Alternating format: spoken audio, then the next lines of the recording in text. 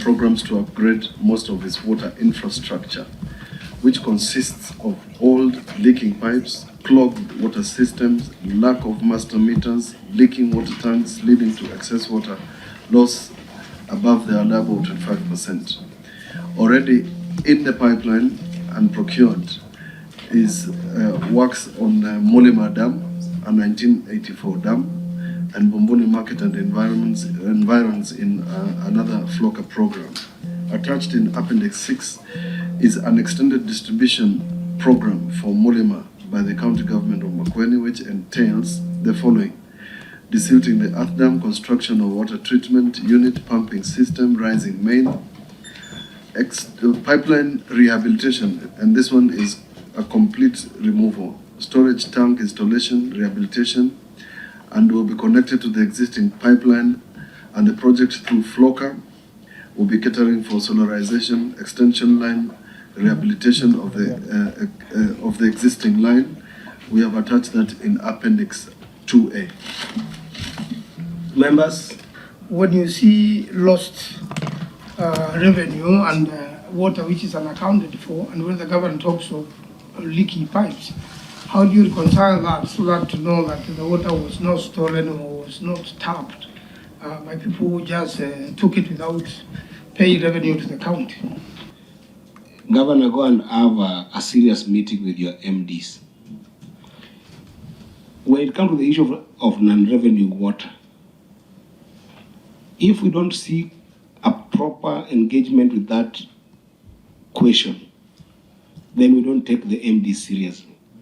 It started the issue of the tariff, because the tariff will define how much you make, isn't it? In the financial statements, MDs, I'm talking to you, and because our spirit is to help those counties make these entities viable. Please, we'll be checking on your financial statements. Make sure that there's a proper provision, okay, of the non-revenue water. In your financial statements, indicate what portion in your financial statement accounts for non-revenue water, so that in your financial notes, you explain the areas I told you. This percentage has been caused by this, so that when next time when the auditors look at your financial statements, it does not come as an audit query. The auditor perhaps will just comment that this should be adjusted this way and this way, but it's not a major audit query. It's an audit query because you're not giving it a provision in your financial statements. That is my advice for you as you go and deal with the three categories we talked about. Is that fair, Governor? Yes. Okay. Ote Municipality was granted a charter in 2018 by my predecessor. However, the municipality could not be operationalized immediately, since some preliminary activities like staffing had to be put in place. The municipality was operating under the Department of Lands and Urban Housing until I got into office in 2022, when I finally transferred their functions by way of a letter and gazette notice. It's Appendix 4A. The municipality started functioning immediately it was chartered. A board was appointed by Professor Kibwana at the time, and a manager was appointed at the time. But it was operating under the department, not as independent.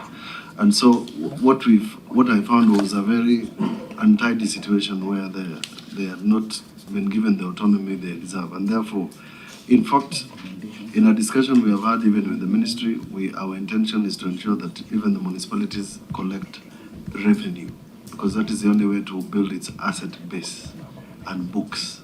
Irrespective of what is written here in the needs assessment, the municipality requires cleaners and casuals. And that is exactly what has happened. The skilled labor, which is the urban planners, the electrical engineers, etc., those ones were hired, and they are not many. They are not even more than 5. So, Mr. Chairman, perhaps the minutes of the board would clarify that position, because it's not exactly a static position. And I say so because, Mr. Chairman, when I got into office, this municipality had not been gazetted. It had been operating without being gazetted, and therefore, and even the manager was hired shortly after in fact, later after I got into office. So in order to get water, which is the headquarters of Makueni operational, they need to do a lot of things and quickly in terms of making sure that the water municipality is clean, drainage is proper, etc., etc. So, Mr. Chairman, I would beg your indulgence to have the minutes record the correct position about the professionals that we required, but I must submit that the workers that this municipality required for purposes of its operation on this account is unskilled labor of people who are cleaning all over the municipality, and I can confess that water is a very clean municipality. So, Mr. Chair. Is that okay, Auditor? That's okay, Chair. Yes, so let's say, because these are minute issues, I'll give you 7 days. Is that a fair timeline? It is, yes. Yes, so seven days, we get the minutes, and then we can be able to get the opinion of the auditor from that.